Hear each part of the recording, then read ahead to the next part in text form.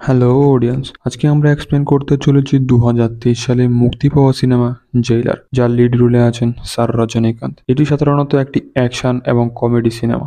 যখন এই ভিডিওটা করছি তখন তার আইএমডিবি রেট 7.1। চলুন কথা না বাড়িয়ে যাওয়া যাক আমাদের মূল ভিডিওতে। গল্পটি শুরু হয় সাউথের একটি মন্দিরকে দেখিয়ে, যেখানে পুরোহিতকে হত্যা করা হয়েছিল এবং সেখানে আসল মূর্তির পরিবর্তে নকল মূর্তি স্থাপন করা হয়েছিল। তদন্তকালে একজন পুলিশ তার সিনিয়রকে বলে, স্যার, এই মূর্তিটি নকল। তখন সিনিয়র পুলিশ বলে, এই বিষয়ে আমাদের জড়ানো উচিত নয়। যদি গ্রামবাসী জেনে যায় তাহলে এটি আমাদের উপর বিরূপ প্রভাব ফেলতে পারে। কিভাবে খুন করা হয়েছে তার একটি ফাইল তৈরি করো। যার পরে দৃশ্যের পরিবর্তন হয়, যেখানে একটি ছোট ছেলেকে দেখা যায় যে চা খাওয়ার অজুহাতে গ্রাম থেকে দূরে আলাদা একটা জায়গায় আসে, যেখানে একটি নকল পাথর ছিল, যা সেখান থেকে সরিয়ে রাস্তা দিয়ে নিচে নেমে আসে। তারপর আমরা গল্পের মেইন ভিলেন বার্মাকে দেখতে পাই, যে এ সময় তিনজন গ্যাং সদস্যকে ড্রামের উপর উল্টো ঝুলিয়ে রেখেছিল এবং তাদের অপরাধ ছিল যে তারা পুরনো মূর্তি সেল করে দিয়েছিল। এখন যদিও এর পিছনে শুধুমাত্র একজন ব্যক্তি আছে, কিন্তু তিনজনের উপর সন্দেহ ছিল, তাই তিনজনকেই ঝুলিয়ে দেওয়া হয়। তিনজন এই বলে যে আসল অপরাধী তাকে ধরো এবং আমাকে ছেড়ে দাও। কিন্তু বার্মা বলে, যদি আমার কাজে আমি ডিল করতে শুরু করি তাহলে মানুষ আমার কাজেও ডিল করতে শুরু করে দেবে। তার চেয়ে ভালো হবে তিনজনকেই মেরে ফেলি, because I M A 100% professional. যার পর সিন শিফট হয় পান্ডিয়ান ফ্যামিলিতে, যেখানে আমরা একটি ছোট ছেলেকে দেখতে পাই যার আমার মতো একটি ইউটিউব চ্যানেল ছিল। এবং সে তার দাদিকে প্রত্যেকবার উত্ত্যক্ত করতো, যেখানে সে তার দাদিকে বলে, তুমি কি জানো একটি ইউটিউব চ্যানেল চালাতে কতটুকু কষ্ট করতে হয়? প্রথমত রেকর্ডিং হচ্ছে না এবং তার উপরে তুমি আমাকে ডিস্টার্ব করছো। তুমি তাড়াতাড়ি আমার ক্যামেরাম্যানকে ডাকো। আর এই ক্যামেরাম্যান হলো মধুয়াল পান্ডিয়া, অর্থাৎ রজনীকান্ত স্যার। ছোট ইউটিউবারের ফ্যানদের আজ দেখাতে যাচ্ছে কিভাবে জমি থেকে গাজর তুলতে হয়। কিন্তু মধুয়াল বলে, এতে কোনো ফিল আসছে না, একটু ড্রেস আপ চেঞ্জ করা যাক। তাকে একজন কৃষকের ড্যান্স করিয়ে দেয় এবং তারপর গাজর কিভাবে তুলতে হয় তার ভিডিও বানায়। এমন সময় একজন ব্যক্তি মথুয়ালকে ডাকে, যার ফলে তাকে যেতে হয়। পরের সিনে আমরা একটি মিষ্টির দোকান দেখতে পাচ্ছি, যেখানে নিচে বিক্রয় চলছিল এবং তার উপরে ম্যানুফ্যাকচারিং চলছিল। তখন এসিপি অর্জুন এসে সিনু নামে একজনকে অভিযুক্ত করে যে কিছু সময় আগে একটি এখানকার মন্দির থেকে প্রাচীন মূর্তি চুরি হয়ে গেছে। আমি জানি তুমি চুরি করেছো। যার মধ্যে সিনু বলে, এই গ্রাম থেকে সবার আগে এই মূর্তি পৌঁছেছে চেন্নাই, চেন্নাই থেকে মুম্বাই, মুম্বাই থেকে সিঙ্গাপুর এবং সিঙ্গাপুর থেকে ক্যালিফোর্নিয়া। এখন নিশ্চয়ই বুঝতে পেরেছো আমাদের নেটওয়ার্ক কত বড়। তাই একমাত্র সমাধান হলো নিজের জীবন বাঁচানোর জন্য এই কেস থেকে সরে যাও। তারপর অর্জুন বলে, একজনকেও ছাড়বো না এবং তোর নাম্বারটি প্রথমেই কল করা হয়েছে। তখন সিনু বলে, আমি এর ব্যবস্থা আগেই করে রেখেছি, তোমার বাবা আমাদের দখলে। যখন সিনু তার লোকদেরকে কল করে, সেই কল ওঠায় দ্য বিগ ডাইনোসর মথুয়াল পান্ডিয়া এবং সে বলে, আমার ছেলেকে বলবেন না যে আমি ইতিমধ্যে আপনার লোকগুলোকে ঘুম পাড়িয়ে দিয়েছি। শুধু তাকে বলো যে তোমার বাবা ঠিক আছে, তুমি এই কেস থেকে সরে যাও। যদি আমার সম্পর্কে আমার ছেলেকে বলো, সে ভয় পেয়ে যাবে। যখন এইসব কথা শুনে সিনু অর্জুনকে বলে, অর্জুন বলে, আমার সাথে মিথ্যা বলো না। থানার ভিতর মার খাওয়ার পরেই তুমি সত্যি বলবে। আর তাকে থানায় নিয়ে যাওয়া হয় এবং তাকে অনেক মারধর করা হয়। সন্ধ্যায় বাড়ি ফিরলে তখন ডিপার্টমেন্টের লোক আসে। জেলার সাহেব অর্থাৎ মধুয়াল পান্ডেকে বলে, স্যার, আপনার ছেলে খুব বিপজ্জনক এবং বড় বড় লোকদের সাথে ঝামেলায় জড়াচ্ছে। আমরা আপনাকে অনুরোধ করছি, দয়া করে তাকে এইসব বড় ম্যাটার থেকে দূরে রাখুন। এখানে আমরা মধুয়াল পান্ডের হ্যাপি ফ্যামিলিকে দেখতে পাই, যেখানে তার স্ত্রী বিজয়া, তার ছেলে অর্জুন এবং অর্জুনের স্ত্রী মীরা এবং ছোট ইউটিউবারকে দেখানো হয়। সবাই খুবই হ্যাপি জীবনযাপন করছিল, যেখানে ছোট ইউটিউবারের 96 জন সাবস্ক্রাইবার হয়ে গিয়েছিল। একদিকে মতোয়াল যখন সবজি নিয়ে বাড়ি আসছিল, তখন সুবিমল নামের একজন ক্যাব ড্রাইভার মতোয়ালের কাছে এসেই তার গাড়িটি ব্রেক করে। এরকম খাঁচে ব্রেক করা দেখে মতোয়াল জানায়, আমাকে মেরে ফেলবে নাকি? তখন সুবিমল বলে, আজ পর্যন্ত গাড়িটি 120 বার ব্রেক করেছে, একবারও শরীরে লেগেছে কি? তোমার ছেলে আমাকে তার বাড়ির সামনে গাড়ি পার্কিং করতে নিষেধ করেছিল এবং বলেছিল যখন নিজের ঘর বানাবি তখন গাড়ি পার্ক করিস, তাই আমি তোমাকে এত সহজে ছাড়ছি না। কিন্তু মতোয়াল তার কথায় মনোযোগ না দিয়ে পূজা সেখান থেকে চলেছে। অনেক সময় হয়ে যায় কিন্তু অর্জুন ঘরে আসে না। তখন মতোয়াল ডিপার্টমেন্টে ফোন করে। এইভাবেই অনেক দিন কেটে যায়। তারপর মতোয়াল কমিশনারের কাছে দেখা করে, যেখানে কমিশনার স্যার বলে যে অর্জুন একটি বড় চক্রের পর্দাফাশ করতে ব্যস্ত, কিন্তু সে কিছুদিন ধরে উধাও। আমাদের পুরো দলও তাকে খুঁজতে ব্যস্ত। যত তাড়াতাড়ি আমরা তার সম্পর্কে জানতে পারি আমরা আপনাকে ইনফর্ম করব। তারপর মতুয়াল এর অনুমান হয় এইটা সিনুর কাজ হতে পারে এবং সে সিনুকে জিজ্ঞাসা করে আমার ছেলে অর্জুন কোথায়। কিন্তু সিনু বলে যে আমি তো কিছুই জানি না, আমার নিচে যারা কাজ করে তাদের জিজ্ঞাসা করুন। তারপর একজনকে সিনু জিজ্ঞাসা করে শনিবার কোথায় ছিলে যেদিন অর্জুন নিখোঁজ হয়েছিল। তারপর তাদের একজনকে বলে আমি মল্লিকার সাথে ছিলাম। এভাবেই তারা সবাই মতুয়ালের সাথে মজা করছিল। মতুয়াল বাড়িতে ফিরে এলে সবাই অর্জুনকে নিয়ে চিন্তিত হয়েছে। তখন এক মহিলা পুলিশ মতুয়ালকে জানায় যে স্যার, অনেক বড় বড় মানুষ এই কেসে জড়িত ছিল এবং আসল সত্য হলো অর্জুন এই পৃথিবীতে আর নেই। মতুয়াল খুব রেগে যায় এবং সে রাতে বের হয় তার ছেলের মৃত্যুর প্রতিশোধ নিতে। পথে সুবিমল গাড়ি থামিয়ে দেয় আর সুবিমল বলে 120 বার যখন গাড়ি ব্রেক করেছে তখন তো বয়ে রাস্তার পাশে চলে যেতে, আজ স্তম্ভের মতো মাঝখানে দাঁড়িয়ে। তখন মতুয়াল বলে তার মল্লিকার সাথে দেখা করতে যেতে হবে আর সে গাড়ি ঘোরায় এবং সরাসরি সিনুর কাছে পৌঁছে যায়, যেখানে সিনুকে কিছু ধুলাই করার পর সে জানায় এই গ্যাংয়ে তার উপরে এক ব্যক্তি আছে যার নাম বার্মা। সেই অর্জুনকে গায়েব করে দিয়েছে। এখন ছেলের মৃত্যুর প্রতিশোধ নিতে সে তাকে হত্যা করে এবং তাকে একটি বস্তায় রাখে, তা নিয়ে গাড়িতে রেখে দেয়। তারপর বিমলকে বলে ব্রিজের কাছে বাম দিকে গাড়ি পার্ক করতে এবং বিমলের সাহায্য নিয়ে পানিতে ফেলে দেয়। তারপর বিমল বলল ভাই খুব ভারী জিনিস ছিল, এটা কি ছিল? মতুয়াল বলে সে আমার ছেলেকে মেরে ফেলেছে, তাই আমি আজ তার জীবন কেড়ে নিয়ে। তখন সুবিমল বলে আমি থানায় গিয়ে তাকে খবর দেব। কিন্তু মতুয়াল বলে যদি তুই থানায় যাস তাহলে পুলিশ প্রথমে তোকেই ধরবে, কারণ তোর হাতে গায়ে রক্ত লেগে আছে। তার চেয়ে উত্তম কাজ হলো আমাকে সমর্থন কর এবং বাকি লোকদের মেরে ফেলতে সাহায্য কর। পরের দিন মতুয়াল তার ছোট্ট ইউটিউবারকে নিয়ে যায় আইসক্রিম দোকানে তাকে আইসক্রিম খাওয়ানোর জন্য। তারপর টেম্পুতে বসা একজন লোক আসে যে বড় ছুরি দিয়ে ইউটিউবারের গলা কাটতেই যাচ্ছিল, কিন্তু তখন মতুয়াল তাকে সরিয়ে নেয়। তারপর বার্মা মতুয়ালকে ফোন করে এবং বলে যে আজ আপনি আপনার নাতিকে বাঁচিয়ে নিয়েছেন, কিন্তু কয়বার বাঁচাবেন? 2বার, শতবার? শতবার তাকে মেরে ফেলবো। এই কথা শুনে মতুয়াল অনেক চাপে পড়ে যায় এবং সে রাতে সে বার্মাকে ফোন করে বলে দেখো, আমি তোমার লোককে হত্যা করেছি কারণ সে আমার ছেলেকে মেরেছে। প্রতিশোধ এখানেই শেষ। এখন আমার পরিবারকে কষ্ট দেওয়া ছেড়ে দাও। কিন্তু বার্মা বলে এখন তো পুরো প্রতিশোধ নেওয়া হবে। যদিও আপনি আপনার বাড়ির প্রধান, অর্থাৎ সবচেয়ে বড়, তবে আপনার বাড়ির সংখ্যা নিচ থেকে শুরু হবে। অর্থাৎ প্রথমে আপনার নাতিকে মেরে ফেলবো, তারপর তার মা, তারপর তার শাশুমা, তারপরে তার স্বামী, অর্থাৎ আপনাকেও মেরে ফেলবো। এখন ফোন রাখ। এই বলে ফোন কেটে দেয়। মতুয়াল উত্তেজনায় একটি মদের বারে গিয়ে মদ পান করছিল। তারপর একই লোক এসে এখানে বসেছিল যে সকালে তার নাতিকে হত্যা করার চেষ্টা করছিল। তখন সেই লোক তাকে বলে এই বুড়ো, সকালে তুই তোর নাতিকে বাঁচিয়ে ফেলছিস, কাল দেখবো কাল কিভাবে বাঁচাতে পারিস। যখন মতুয়াল সেই বার থেকে চলে আসছিল তখন সেই লোক এবং তার বন্ধুকে সাথে নিয়ে মতুয়ালের পিছন পিছন আসছিল আর বলতে থাকে প্রথমে তোর বউকে মারবো, কিন্তু তোর পুত্রদিকে মারবো না, কারণ সে শান্ত এবং দেখতে অনেক ভালো। যখন এই ধরনের কথা বলতে বলতে একটি সুরগলিতে পৌঁছায় যেখানে সুবিমলের গাড়ি পার্ক করা ছিল এবং তার ভিতরে একটা বড় ছুরি ছিল। যখন এইসব বলে গুন্ডাটা মতুয়ালের শরীরে হাত দেয় তখন মতুয়াল তার বড় ছুরি দিয়ে গুন্ডাটার মাথায় কেটে ফেলে আর বলল কি করবি? কি বলেছিলে? তুই আমাকে মারবি, আমার বউকে মারবি, এখন তুই নেই। তারপর সে তার বন্ধুকেও খুন করে ফেলে। এই গল্পে 3 খুন হয়ে গেছে।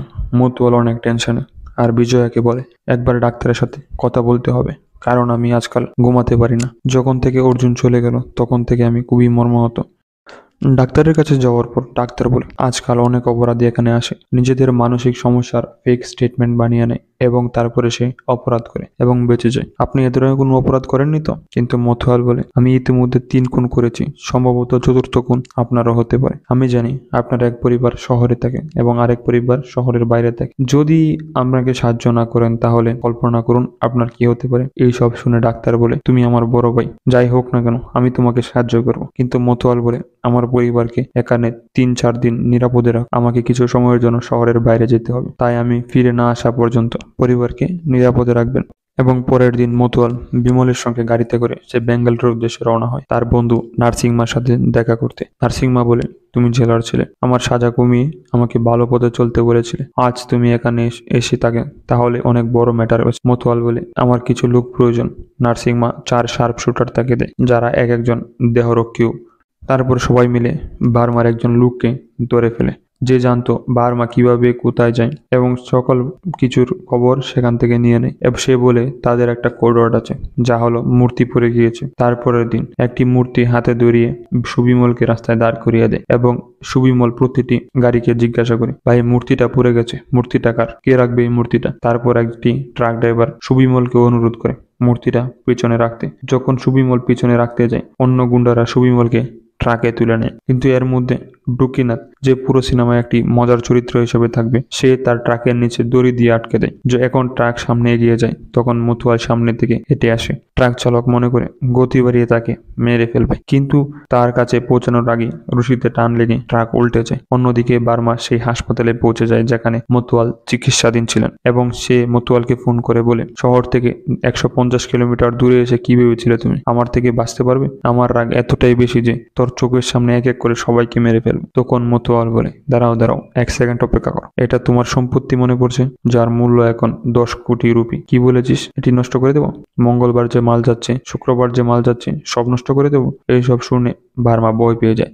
তখন মতুয়াল বলে, যদি তোর মাল বাঁচাতে চাস তাহলে আমার পরিবারকে ছেড়ে দে, তবে যাওয়ার পূর্বে 10 রুপি ভিক্ষা করে নিয়ে যা। আর এত বড় গ্যাংস্টার অপরাধী বার্মা, সে পুরো শহরেই রাজ করতো, কিন্তু শুধু ভারতে নয়, ভারতের বাইরেও তার নাম ডাক ছিল। আজ আমরা বিজয়ের কাছে 10 রুপি ভিক্ষা করতে দেখি, এবং সকল ম্যাটার সর্ট আউট করতে দুদলেই মুখোমুখি হয়েছে, যেখানে একদিকে মতুয়াল পান্ডিয়া এবং তার সমস্ত দেহরক্ষীদের সাথে ছিল, অন্যদিকে বার্মা তার গুন্ডাদের সাথে নিয়ে এসেছিল। সেখানে দুইজনের মধ্যে একটি চুক্তি হয়, বার্মা মতুয়ালের পরিবারের কে হত্যা করবে না, এবং তার বিনিময়ে মতুয়াল বার্মার কোনো কাজে ঝামেলা তৈরি করবে না। কিন্তু রাতে মদ খাওয়ার পর বার্মার মন আটকে যায়, কারণ আজ পর্যন্ত সে তার জীবনের আগে কখনো ভিক্ষা করেনি। আজ পর্যন্ত কেউ এমন সাহস করেনি, আর এমন করে জন্ম হয়নি যে বার্মাকে সরাসরি চ্যালেঞ্জ করছিল। তাই বার্মা তার লোকদেরকে ডাকে মতুয়ালের বাড়িতে হামলা করতে। রাতে মতুয়াল সবকিছুর খবর পাওয়ার পর তার পরিবারকে ডেকে খাবার টেবিলে বসায়। পরিবারকে বলে যে সে ইতিমধ্যে 3টি হত্যা করেছে, এখন যদি তাদের সামনে কেউ খুন হয় তাহলে চিন্তা করবে এটা একটি সাধারণ ব্যাপার। আর এরই মধ্যে বার্মার পাঠানো লোকজন আসা শুরু করে, কিন্তু মতুয়ালের রাখা বন্দুকধারীরা যাদের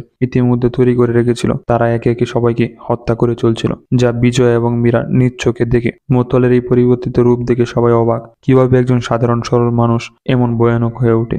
যার পরবর্তী সকালে বার্মা কামদেবকে ফোন করে এবং বলে যে, ভাই, কি লোক পাঠিয়েছিস? তারা কি মারামারি জানে? কিভাবে ফাইট করতে হয় তাও জানে না, তাদের সবাইকে হত্যা করে ফেলেছে। আর তখন কামদেব বলে, যদি আমাকে আগে বলতি কার জন্য পাঠাচ্ছ, তখন আমি এটাও পাঠাতাম না। সে বার্মাকে বলে, যতটা সম্ভব জেলারের কাছ থেকে দূরে সরে যা। তখন বার্মা বলে, আমি পাঞ্জাব থেকে সিকান্দারের আরো 100 জন লোক এনেছি, যা মতুয়ালকে মাটিতে পুঁতে দেবে। তখন কামদেব বলে, সিকান্দারকে কল কর। যখন বার্মা সিকান্দারকে কল করে, সে কল কেটে দেয়। পরবর্তীতে 15 বছর আগের ফ্ল্যাশব্যাক দেখা যায়, যেখানে তখনকার তিহার জেলের জেলার মতুয়াল পান্ডিয়াকে দেখানো হয়, যে আসার সাথে সাথে সবাই নীরবে লাইনে দাঁড়িয়ে যায়। কারো শার্ট ছিঁড়ে গেছে, কারো কান ছিঁড়ে গিয়েছে, যা দেখে জেলার আদেশ দেয় তাদেরকে 2 সপ্তাহের মধ্যে একবার খাবার দিবে আর 2 ঘন্টার ঘুম। সিকান্দার বলে, আমরা আপনার আদেশ পালন করব না। মতুয়াল রাগান্বিত হয়ে যায়, তার কান ধরে বলে, এই জেলে আমার শাসন চলে, যে নিয়ম মেনে চলবে তার সাথে আমি নিয়ম অনুসরণ করব, যে নিয়ম অনুসরণ করবে না তার সাথে আমিও অনুসরণ করব না। আর তাই তোমার জন্য তোমার নিয়ম ছাড়া জেলার।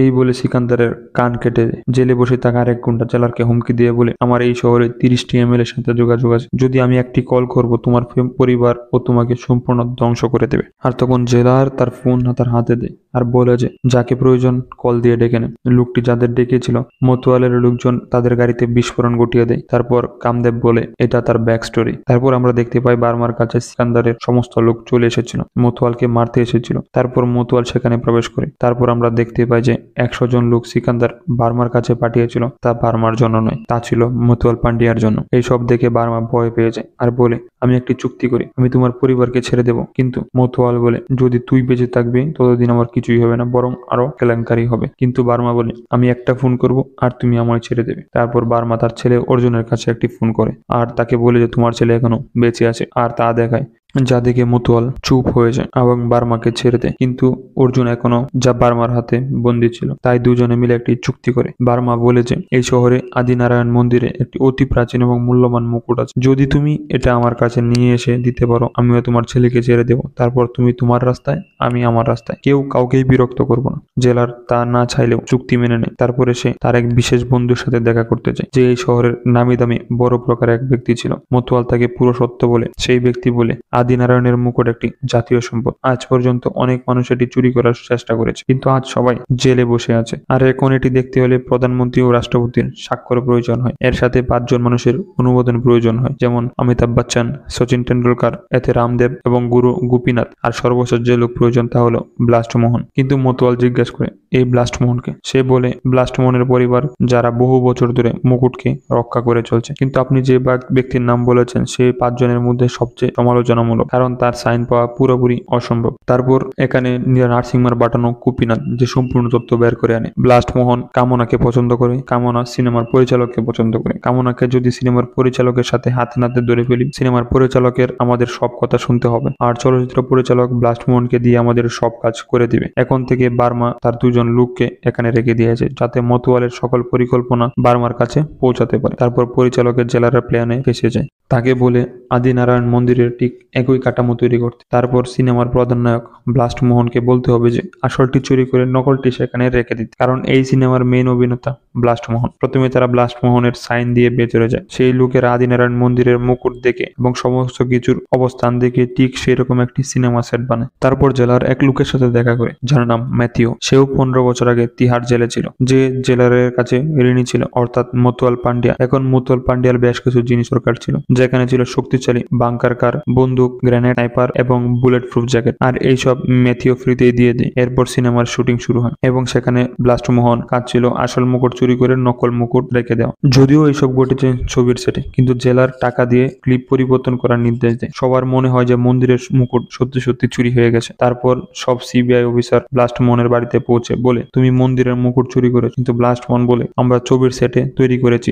আর এই ফিল্ম সেট ছিল। সেখানে শুটিং হয় মন্দির ও নকল, মুকুট ও নকল। জাল মুকুট একটি নকল মুকুট ছিল, যার সঙ্গে প্রতিস্থাপিত হয়েছে সবকিছুই নকল। সিবিআই বলে আদিনারায়ণ মন্দিরে আসল মুকুট পরীক্ষা করা হচ্ছে, সে পর্যন্ত আপনি বাইরে বাইরে যাবেন না। আসল নকল কিনা জানতে তা পুনে পাঠানো হবে। মুকুট নিয়ে যাওয়ার পথে সিনেমার সেরা অ্যাকশন দৃশ্য দেখানো হয়। একদিকে মতুয়ালের দল, অন্যদিকে সরকারি এজেন্ট, এবং তাদের সকলেই ছিল অস্ত্রধারী। প্রায় আধা ঘন্টা ধরে চলে এই লড়াই। মতুয়ালের পুরনো এবং মূল্যবান মুকুট চুরি করে সুজা বার্মার কাছে নিয়ে যায়। এখানে আমরা জানতে পারি যে এই সব ছিল মতুয়ালের পরিকল্পনা। এত নির্যাতনের পর তারা বার্মাকে মুকুট পাঠিয়েছে, তার জাল আসল মুকুট চুরিই হয়নি। সেখানে যারা ছিল তারাও পুলিশ বাহিনীর লোক ছিল এবং জেলারকে তাদের সিনিয়র বিবেচনা করে। প্রথমে নকল মুকুট দেখে বার্মা খুশি হয় এবং অর্জুনকেও ছেড়ে দেয়, কিন্তু আমরা এখানে অর্জুনের ডাবল ফেস দেখতে পাই এবং তার সাথে আমরা জানতে পারি যে পুরোটাই অর্জুন নিজেই প্ল্যান করেছিল। সে এখানে আসবে এবং বন্দী থাকবে, তারপর তার বাবা তাকে মুক্ত করতে আসবে। তার বিনিময়ে বার্মা তাকে 50-50 ভাগ দেবে। কিন্তু মুকুটের মাঝখানে হীরায় লাগানো একটি ছোট্ট ক্যামেরা ছিল, যেটা জেলার বাড়িতে বসে টিভিতে সব দেখছিল। অর্থাৎ অর্জুনের পুরো প্ল্যান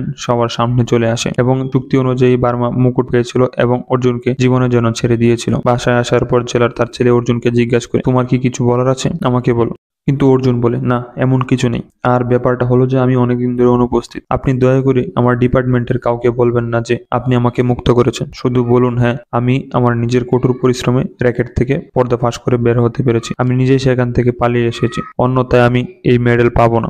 এবং দৃশ্যপট পরিবর্তন হয়, যেখানে বার্মা তার লোকদেরকে মুকুট পরীক্ষা করে এবং দেখা যাচ্ছে মুকুটটি ঝাল। এই কথা বলার জন্য অর্জুনকে তার গাড়িতে ডাকে আর বলে তুই আমার সাথে ডাবল ক্রস করেছিস, তোর বাবা যে মুকুট এনেছে তার জাল, এবং আমি তার সাথে চুক্তি করে তোকে ছেড়ে দিয়েছিলাম। এখন তুই যেহেতু এসে গেলি, এখন তোকে আমার হাতেই মরতে হবে। যেখানে অর্জুন বলে তোর কাছে জাল মুকুট পাঠাতে পারে, আমাকে বাঁচানোর জন্য আমার পেছনে একটি দলও পাঠাতে পারে। তারপর আমরা সেই কামদেব, ম্যাথিউ এবং তার সাথে সিকান্দারের লোকদেরকে মিলে ঘাঁটিতে আক্রমণ করতে দেখি, যেখানে বার্মার অনেক লোক নিহত হয় এবং বার্মাকেও শাস্তি দেওয়া হয় যেভাবে অন্য দেশে শাস্তি দিত, অর্থাৎ একটি ড্রামের উপর উল্টোভাবে ঝুলানো হয়, তারপরে ড্রামে ফেলে এসিড দিয়ে জ্বালিয়ে দেওয়া হয়। এইভাবে বার্মার চ্যাপ্টার শেষ হয়ে যায়। পরে মতুয়াল ও অর্জুন দুজনে আলাদা জায়গায় বসে আছে, যেখানে আবার মতুয়াল অর্জুনকে জিজ্ঞাসা করে তাকে কিছু বলার আছে কিনা। কিন্তু অর্জুন তখন বলে বাবা, আপনি ইতিমধ্যে সবকিছুই জানেন, এতে আমার কোনো দোষ নেই। আপনি আরামে আপনার জীবন কাটিয়েছেন, কিন্তু আমি সৎভাবে কিছুই পাইনি। আজ আমার একটি ছোট বাড়িতে থাকতে হয় এবং আমি দরিদ্রের মধ্যে দিয়ে জীবনযাপন করতে হয়। আর এই টাকা